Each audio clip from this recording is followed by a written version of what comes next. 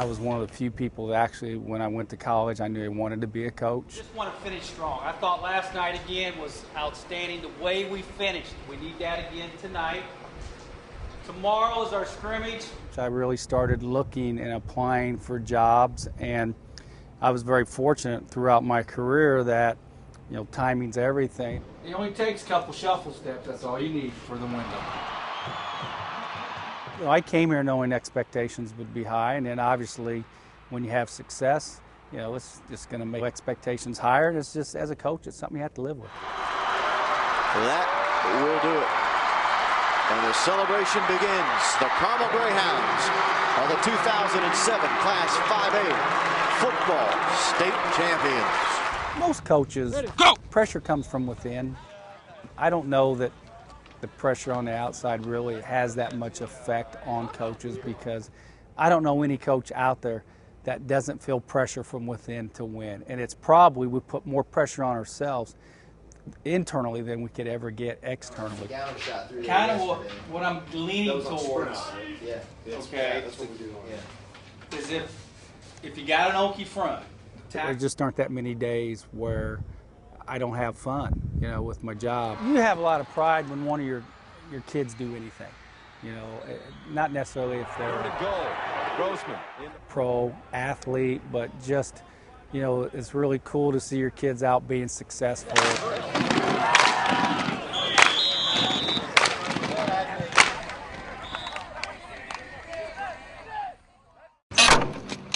I've had family and school teachers and friends ask me, it says, why do you want to go back to Iraq?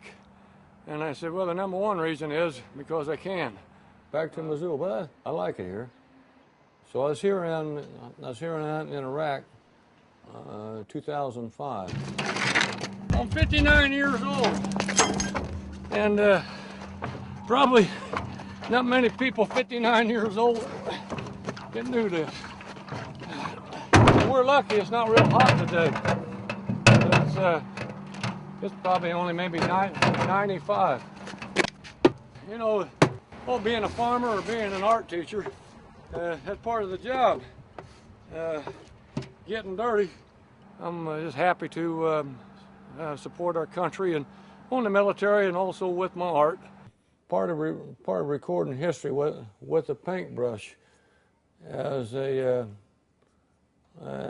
historian does with writing, I do with a paintbrush.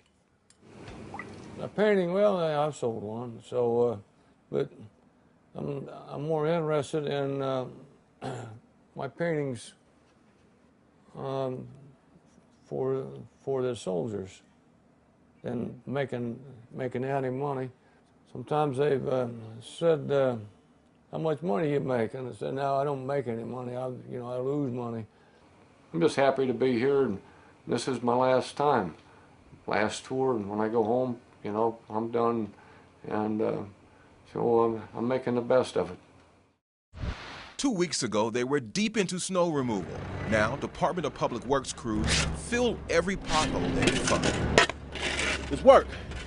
Once you like, you know, help people cut down on maintenance on their car. Potholes are what you call menacing. Driving through this intersection could be hazardous to your car. There are a few pesky potholes here that some dodge. Others hit them and hope for the best. They're horrible. They're huge everywhere. I just got a new tire yesterday.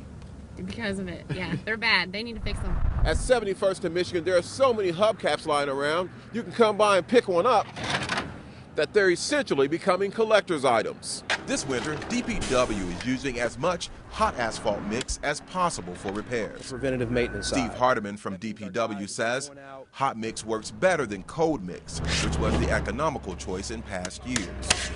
Last winter, crews repaired 2,600 potholes. So far this winter, they repaired 1,300.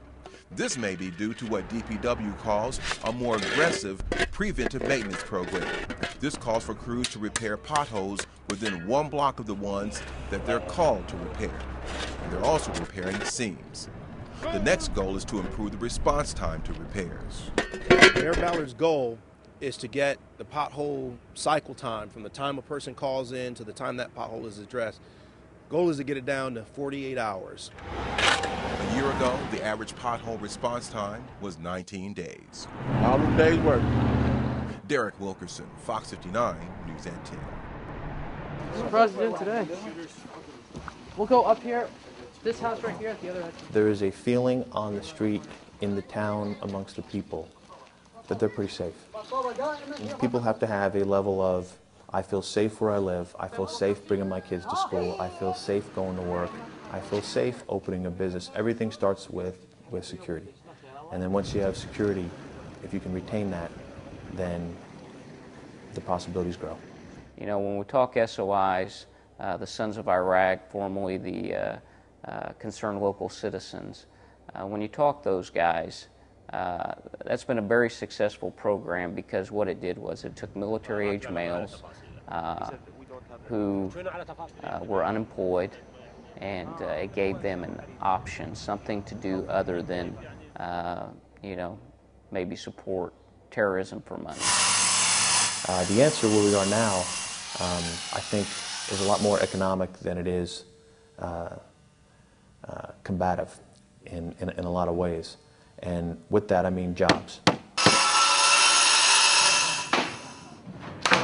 Paying people to stand checkpoints is a good interim solution, but it's not a good long-term solution. So as security increased, we are currently in the process of transitioning those SOIs from standing checkpoints to moving them to, you know, work in some of the IBIS initiatives that we've stood up. How's it going, man? You doing good?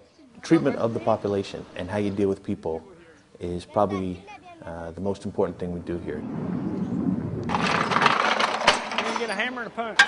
We're gonna jack the truck out. I need some tires. Pretty much anything that comes through here, everybody's going to get a shot to do. For a combat zone, sure.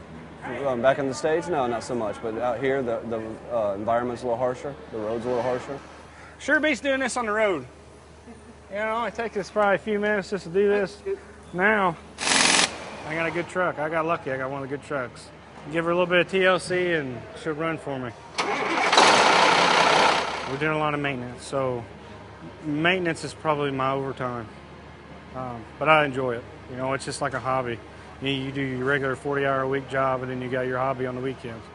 And that's basically what it is. It's a hobby. I get to come in here and I enjoy it.